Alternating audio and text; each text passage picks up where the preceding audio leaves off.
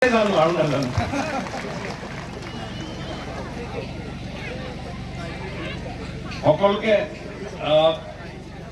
আমি হয়তো অলপ পলমকে আহিলো, আপোনালোক আগতে আহিছে, তাৰে কাৰণে ক্ষমা বিচাৰিছো। কাৰণ আজি দিনটো আমাৰ মাননীয় মন্ত্ৰী মহোদয় আমাৰ সকলোৰে বহুত ব্যস্ততাপূৰ্ণ অনুষ্ঠান আছিলে, প্ৰগ্ৰেম আছিলে, তাৰে কাৰণে অকণমান সময়ৰ হিন্দেৰি হয়তো হৈছে। আৰু ইয়াতে আমি আহিবলগীয়া এই মিটিংখন আচলতে আমি হয়তো আৰু প্ৰায় 7 দিন 10 দিনমান আগতে অহা কথা আছিলে, কিছুদিন আগতে। কিন্তু এইকেইটা দিন আমাৰ আজিৰ সভাৰ মুখ্য অতিথি তথা আমাৰ অসম চৰকাৰৰ মাননীয় মন্ত্ৰী অশোক সিংঘাল ছাৰ, তেখেতে ইমান কৰ্মব্যস্ত কাৰ্যসূচী আছে যে আমিও ভাবিলো তেখেত আহিলে বেছি ভাল হ'ব। নহ'লেতো তেখেতে এদিন এনেকৈ কৈছিলে যে মোকে আহিবলৈ কৈছিলে, কিন্তু তেতিয়া আমি ভাবিলো যে তেখেতে নিজে থাকি আপোনালোকক দিলে আপোনালোকেও বেছি ভাল পাব আৰু উপকৃত হ'ব। যি হওক, আজি অনুষ্ঠানটো ইয়াতে অনুষ্ঠিত হৈছে আইনাজুলিত। মই সকলোকে ধন্যবাদ জ্ঞাপন কৰিছোঁ, ইয়াত আহি আপোনালোকে আমাক এইখিনি অনুষ্ঠানটো উপস্থিত হোৱাত সুবিধাখিনি কৰি দিয়াৰ বাবে। আজিৰ সভাৰ মুখ্য অতিথি মহোদয় নিখিল বড়ো ছাত্ৰ সন্থাৰ সভাপতি দীপেন বড়ো মহোদয়, আমাৰ এডিচি কবিতা কাকতিকৰ প্ৰমুখ্যে সমূহ সন্মানীয় ব্যক্তিসকল, যিসকল আমাৰ সন্মুখত মঞ্চত উপবিষ্ট হৈছে, আৰু এই FRCৰ যিসকল ব্যক্তি আজি টাইটেল চাৰ্টিফিকেট পাব, মই সকলোকে পুনৰাই আদৰণি জনাইছোঁ। আৰু এই গাঁৱৰ আইনাজুলি আৰু ইয়াৰ পাৰ্শ্বৱৰ্তী বিভিন্ন অঞ্চলৰ স্থানীয় সন্মানীয় ৰাইজসকল, আজি প্ৰায় মই ইয়াত জিলা আয়ুক্ত হিচাপে যোগদান কৰা প্ৰায় 2 বছৰ হ'বলৈ হৈছে, প্ৰায় 1 বছৰ 11 মাহ হৈছে। আৰু ইয়াত যোগদান কৰাৰ আগতে মই অৱশ্যে বিশ্বনাথ জিলাত কিছুদিন আছিলোঁ। তেতিয়া বিশ্বনাথ জিলাত প্ৰথম FRCটো তেতিয়া মই পাইছিলোঁ, তাৰ আগতে মই বৰ বেছি পৰিচিত নাছিলোঁ। আৰু বিশ্বনাথত কিছু কাম কৰাৰ পাছত ইয়ালৈকে যেতিয়া আহিলোঁ, তেতিয়া ইয়াতে এই কামখিনি বহুদিন ধৰি বিভিন্ন কাৰণত হয়তো হোৱা নাছিলে বা বহুখিনি পেণ্ডিং আছিলে। তেতিয়া আমি কামখিনি চাবলগীয়া হ'ল, আৰু তেতিয়াৰ পৰা আজিলৈকে আমি অন্ততঃ 3টা ফেজত এতিয়ালৈকে আমি টাইটেল চাৰ্টিফিকেট বহুখিনি লোকক দিব পাৰিছোঁ। আৰু এই প্ৰক্ৰিয়াটো কিছু দীঘলীয়া, অলপ সময় লগা, ভেৰিফিকেশ্যনৰ প্ৰক্ৰিয়াটো দীঘলীয়া, বহুত ছাৰ্ভে কৰিব লাগে, জইণ্ট ভেৰিফিকেশ্যন থাকে, মেপ বনাব লাগে, সেইকাৰণে কিছু সময় লাগে। আৰু এই কামখিনিত তথাপি আমি এতিয়ালৈকে আমি আপোনালোকক জনাব পাই সুখী হৈছোঁ যে আমাৰ ক্লেইমেণ্ট আছিলে টোটেল প্ৰায় 23,028 গৰাকী, আৰু টোটেল আমাৰ FRC আছিলে শোণিতপুৰ জিলাত 201। অৱশ্যে ইয়াত বহুখিনি বিভিন্ন ঠাই বা বিভিন্ন সমষ্টি আৱৰি আছে।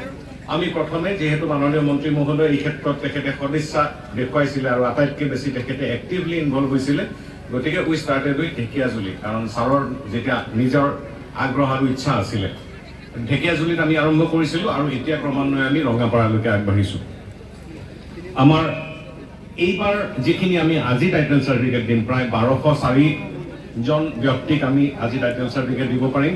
আৰু এইখিনি আমি আমাৰ FRC কমিটিবিলাকৰ আজি কিছু চেৰিমনিয়েল ডিষ্ট্ৰিবিউশ্যন ইয়াত হ'ব, আৰু আটাইখিনি আমি চাৰ্টিফিকেট FRC কমিটি প্ৰেচিডেণ্ট ছেক্ৰেটাৰীৰ হাতত দিম, যাতে তেওঁলোকে ইমিডিয়েটলি ব্যক্তিসকলক যিসকল পাব তেওঁলোকৰ হাতত যাতে অৰ্পণ কৰিব পাৰে। আৰু আমাৰ এতিয়ালৈকে আমি প্ৰায় দিব পাৰিছোঁ FRC, আমাৰ টোটেল আমি কাভাৰ কৰিছোঁ 44 FRC, আৰু তাৰে ভিতৰত ক্লেইমেণ্ট আছিলে 3,565 গৰাকী।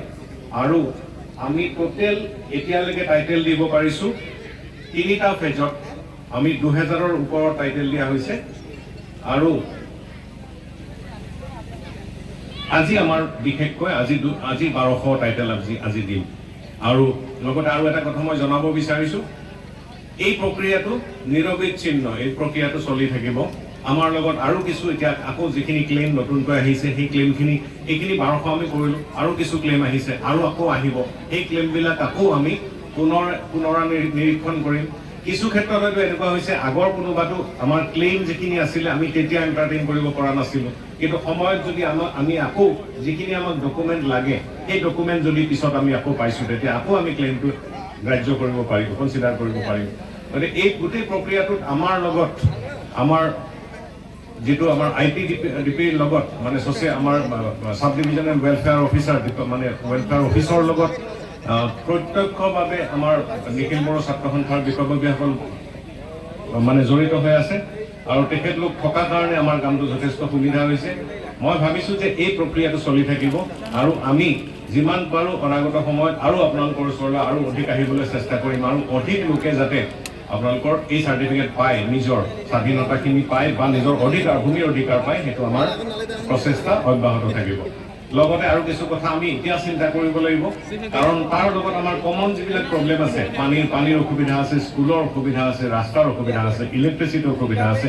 ইয়াৰ লগে লগে আমি টাইটেল চাৰ্টিফিকেট দিয়াৰ লগে লগে এই অঞ্চলবিলাকত য'ত আমি টাইটেল চাৰ্টিফিকেট দিছোঁ, সেই অঞ্চলবিলাকত যাতে আমি বাকী চৰকাৰী স্কিমবিলাকৰ লাভ আপোনালোকক দিব পাৰোঁ, সেইটো আমাৰ প্ৰক্ৰিয়াটো আটাইতকৈ ডাঙৰ চেলেঞ্জিং প্ৰক্ৰিয়া আৰু সেইটো প্ৰক্ৰিয়া আমি এতিয়া আৰম্ভ কৰিব ওলাইছোঁ।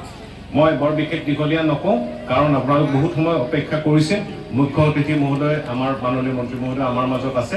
মই এইখিনিকে ক'লোঁ আৰু এটা আপোনালোকক আশ্বস্ত কৰিছোঁ যে জিলা প্ৰশাসন, শোণিতপুৰ জিলা প্ৰশাসন সদায় আপোনালোকৰ লগত আছে আৰু থাকিব আৰু সদায় আপোনালোকৰ উন্নতিৰ হকে কাম কৰি যাব। ধন্যবাদ।